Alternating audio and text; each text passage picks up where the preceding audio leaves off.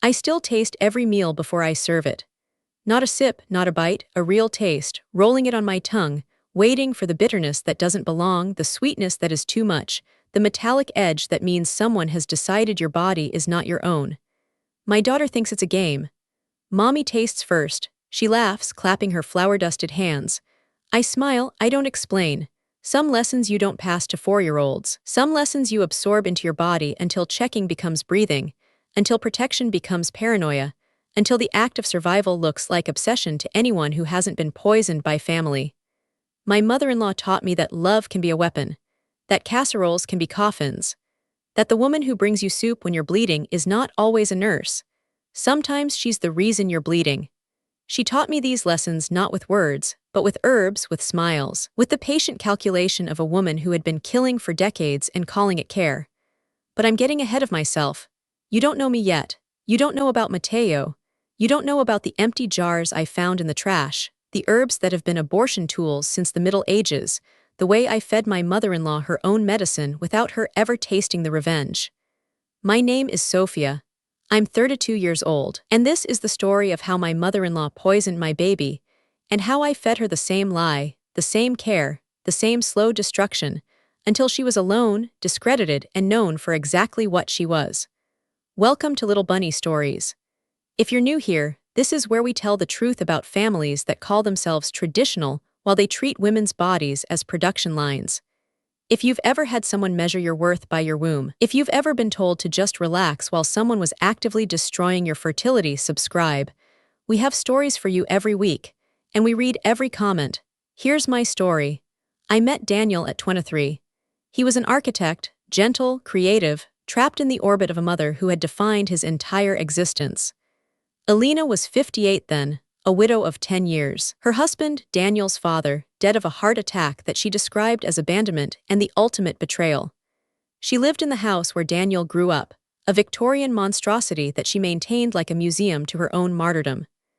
Daniel loved her, not in a healthy way, in the way of a son who had been trained to feel guilty for existing, to apologize for independence, to believe that his mother's happiness was his responsibility. He called her every day. He visited every weekend. He accepted her criticisms of his choices, his career, his friends, his girlfriends as concern rather than control. I was different. I was an accountant, practical, direct, the kind of woman who balanced her own checkbook and expected others to do the same. Elena hated me immediately. Not openly, she was too sophisticated for that.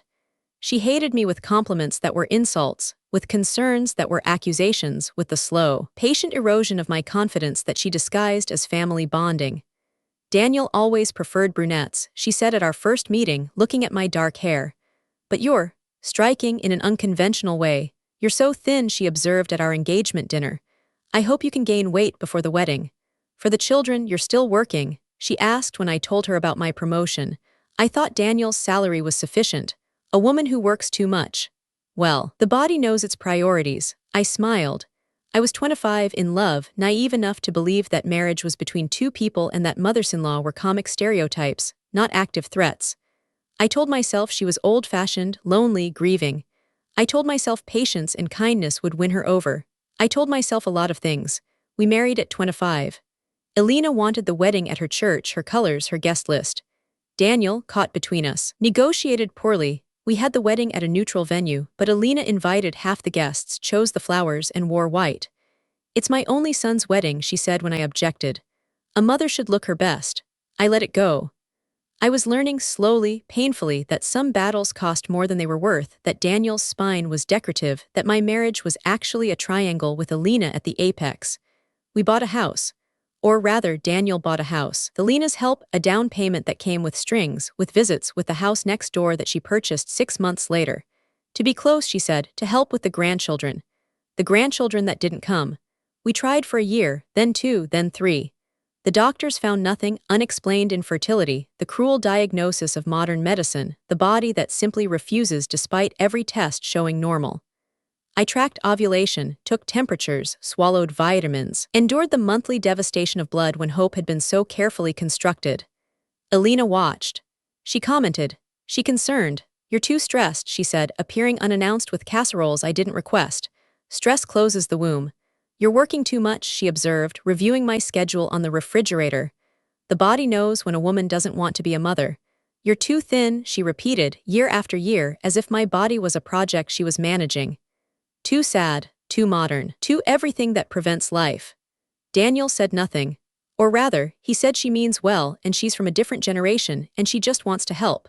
He said these things while I cried in the bathroom, while I injected hormones into my stomach, while I lay on examination tables with my legs spread for strangers who probed and photographed and found nothing wrong. I was not nothing wrong. I was a woman trying to conceive in a body that was being judged, monitored, and found insufficient by a mother-in-law who measured my worth in grandchildren. At 31, the miracle, a positive test. Not from treatment, we'd exhausted our savings, our insurance, our emotional reserves on IVF that failed. This was natural, impossible, a pregnancy that shouldn't have happened but did. I told Daniel first. He wept the first time I'd seen him cry in our marriage. We held each other in the bathroom, staring at the stick, believing in something we had stopped believing in. I told Elena next. She smiled, a tight, controlled expression that didn't reach her eyes. Finally, she said, you did something right. The pregnancy was difficult from the start. Bleeding at 8 weeks, requiring bed rest. More bleeding at 12 weeks, threatening miscarriage. I stopped working, stopped moving, stopped being a person and became a vessel, a womb, a biological function that consumed my entire identity. Elena offered to help. Let me cook for you, she said. Let me bring you meals. You need strength. The baby needs strength. I was exhausted. I was terrified. I was grateful for any support that didn't require me to stand, to cook, to pretend I was functional. I accepted. She brought soups, stews, desserts for the baby's development. She appeared every morning with a thermos of tea, every evening with a covered dish. She watched me eat, her eyes fixed on my mouth, my throat. Compliance? She smiled when I finished. She frowned when I didn't. Eat, she'd say. For the baby, you must eat. I ate, I drank. I was grateful, desperate, convinced that this was finally the acceptance I'd sought, the love I'd earned through suffering, the family I had married into despite its sharp edges. At 20 weeks, the ultrasound showed problems. The baby wasn't growing properly. Developmental delay, possible syndrome, further testing required. I underwent amniocentesis, CVS, every invasive procedure that might explain why my miracle was failing. At 24 weeks, I lost him. I labored in a hospital room, silent, the monitors showing a heartbeat that slowed, stopped, became the flat line of my own hopes. I delivered Mateo, I named him Mateo, in the moments before they took him, and I held him, and I screamed, and I became someone I didn't recognize. Elena came to the funeral uninvited. She brought white roses, a speech about God's will, a comfort that felt like accusation. You can try again, she said, touching my shoulder. Now you know your body can conceive. The next one will be easier. I didn't respond. I was too broken, too hollow, too consumed by grief to process her words. But something in me, some animal instinct, some maternal radar that operates below consciousness, noted her satisfaction. Her lack of surprise, her certainty that this outcome was inevitable, expected almost, desired. The discovery came slowly. Grief is a fog that distorts everything, and I was deep in it, navigating days that blurred together, nights that lasted forever. I functioned mechanically, eating, sleeping, crying without purpose or direction. 3 months after Mateo's death, I found the jars, not looking for them, just taking out the trash, the mundane act of survival when something clinked. Glass. Empty, hidden beneath coffee grounds and eggshells. I pulled them out. 4 jars, labels removed but with residue. I smelled them, herbal, bitter, medicinal. I didn't recognize the scents, but I recognized the hiding, the deliberate placement, the attempt to destroy evidence. I took them to a herbalist, an old woman in a shop downtown, the kind that sells teas and tinctures and knows the Latin names of plants that most people have forgotten. She smelled the residue, looked at me with eyes that had seen too much, and told me what I had consumed. Angelica, juniper berry, wormwood, herbs that have been abortifacients for centuries. Herbs that cause uterine contractions, fetal growth restriction, slow death in doses small enough to hide in soup, in tea, in care. I had been poisoned. Not by a stranger, not by an enemy. By my mother-in-law, who had smiled while I ate, who had watched while I bled, who had comforted me while she killed my son. I sat in my car for an hour. I didn't cry. I had no tears left. I felt something else, a cold, crystalline clarity that I had never experienced before. The understanding that I had been at war without knowing it, that my enemy had been feeding me, that the weapon had been love disguised as care. I could go to the police.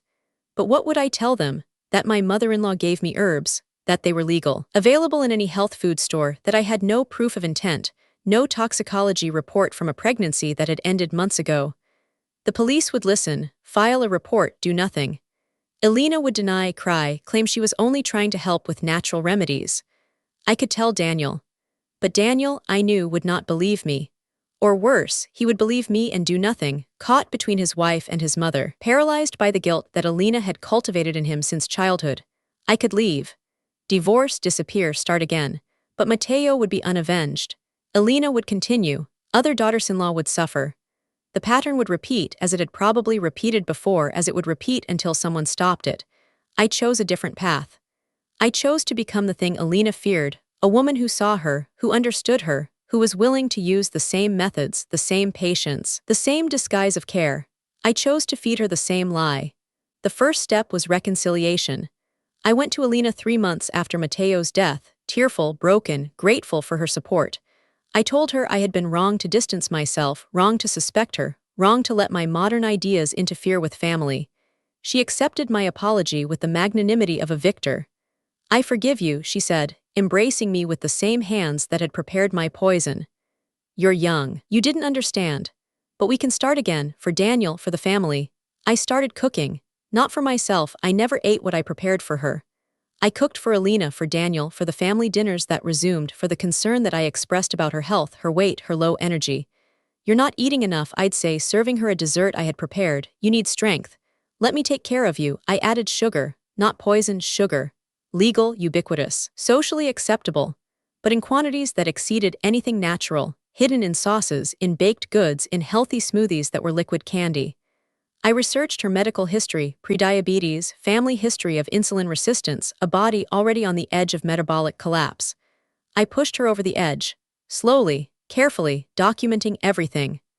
I also built the narrative. Conversations with Daniel where I worried about Elena's memory lapses, her confusion, her erratic behavior. I photographed her when she repeated stories, when she forgot names, when she became agitated, normal behaviors for a woman of 68, but now magnified by my documentation, contextualized by my concern. I enlisted her doctor. Not directly, I couldn't, but I mentioned her symptoms to Daniel, who mentioned them to Elena, who mentioned them at her next appointment. The doctor, primed by family concern, ordered tests. The tests, influenced by months of sugar overload, showed problems. Elevated glucose, impaired kidney function, cognitive markers that were concerning. Elena became the patient I had been. Monitored, medicated, uncertain. She fought it. I'm fine, she'd insist. Sophia is exaggerating, but the documentation was building, the narrative solidifying, the family beginning to see her as she had made them see me. Unreliable, unstable, possibly ill. But I wasn't finished. I needed the climax. The moment when Elena would reveal herself, when her mask would slip, when she would become visible to everyone as the predator she was. The dinner was my design. A family reconciliation, I called it. Daniel's cousins, his uncle, neighbors who had known Elena for decades. A celebration of overcoming hardship, of learning to heal together. I prepared everything. The main course, the sides, the dessert. And in Elena's portion, visible only to her, known only to me, I added nothing unusual. No sugar beyond what was already in the recipe. No herbs, no poison, but I added something else, a placebo. A harmless powder, white, dissolvable, that I sprinkled on her plate while she watched me serve. She saw it, she couldn't not see it, and she reacted. She stood, knocking her chair back. What did you put in my food? She screamed, her face contorted, her control shattered. You're poisoning me, like you poisoned yourself. Like you killed your own baby. The room went silent. Daniel stared, frozen. The cousins exchanged glances. The neighbors, who had known Elena as the gentle widow, the devoted mother, the pillar of the community, saw something else entirely. I didn't put anything in your food, Elena, I said, my voice calm, wounded, the voice of a woman who had been accused too many times. It's just salt, look. I tasted from her plate, swallowed, showed the empty spoon. See, nothing. Elena collapsed into accusations. I was trying to kill her. I had killed Mateo with your stress, your negativity, your refusal to accept God's will. She had only ever tried to help. The herbs were natural remedies. The jars were vitamins. I was paranoid, delusional, dangerous. But the family was watching. Daniel was watching. And in Elena's rage, they saw the control, the calculation, the absolute certainty that she had the right to manage other women's bodies, other women's pregnancies, other women's lives. I didn't need to say more. Elena said it herself. I gave you what you needed, she raged. You were too weak to do what was necessary. I saved you from a defective child. I saved this family from shame. The room emptied slowly. The cousins left, embarrassed, disturbed. The neighbors, who had come for reconciliation, departed with stories that would circulate for years. Daniel sat, destroyed, unable to process that his mother was a murderer and that his wife had orchestrated her exposure. I didn't celebrate. I had won, but the victory was hollow. Mateo was still dead. Daniel was still broken. I was still a woman who had lost her child and avenged him by becoming the thing she hated. The aftermath was complex. Elena, after her outburst, was evaluated. The diabetes I had accelerated was real, requiring medication, monitoring, lifestyle changes. The cognitive issues, partially sugar, partially age, partially the stress of exposure, were documented. She was not insane, but she was not credible. Her accusations against me were dismissed as paranoia, projection, the defensive mechanisms of a woman caught in her own crimes. I found more in the weeks that followed. Daniel's twin brother, David, had died at birth, but there were records of another wife before me who had lost 2 pregnancies while Elena cared for her. The wife had divorced, moved abroad, never spoken. I contacted her. She confirmed, the same herbs, the same care, the same outcome. I compiled everything, the jars, the testimony, the pattern across decades. I gave it to Daniel, not to the police, the statute of limitations, the legal complexity, the family destruction that prosecution would cause. I gave him the choice. He chose to protect his mother, to institutionalize her rather than expose her, to manage the scandal rather than resolve it. I chose to leave, not because I was defeated, but because I was finished. I accepted the divorce without contest. I took the house next door, Elena's house, the one she had used to monitor me, to poison me, to build her web of control. Daniel transferred it willingly, guiltily, unable to refuse the woman who had shown him his mother's true face. I converted it, not into a home. I couldn't live there, surrounded by her ghosts, her roses, her poison. I converted it into a refuge. For women who had lost pregnancies, who suspected family interference, who needed space to heal without judgment. I hired therapists, nutritionists, doctors who understood that grief is physical, that trauma is cellular, that a woman's body remembers what her mind tries to forget. I named it Mateo. Not the house, the program, the support system, the community that grew from my solitude. I live there alone in an apartment above the main space. I still taste every meal. I still check for bitterness, for sweetness, for the metallic edge that means danger. I still sleep lightly, wake at small sounds, trust my instincts over my politeness. I am not healed. I don't believe in healing, not the way people mean it. I believe in survival, in adaptation. In the slow, stubborn work of converting poison into medicine, theft into giving, death into memory. I am Sophia. I am 32 years old. I have a dead son, a broken marriage, and a house that is no longer a prison. I have women who come to my door, who cry in my rooms, who learn to taste their own food again. I have a daughter, adopted, 4 years old from a mother who couldn't keep her, who laughs when I taste her cereal, who thinks it's a game, who will learn the truth when she is old enough to understand that some mothers kill, and some mothers die, and some mothers survive to become something else. See you in the next story.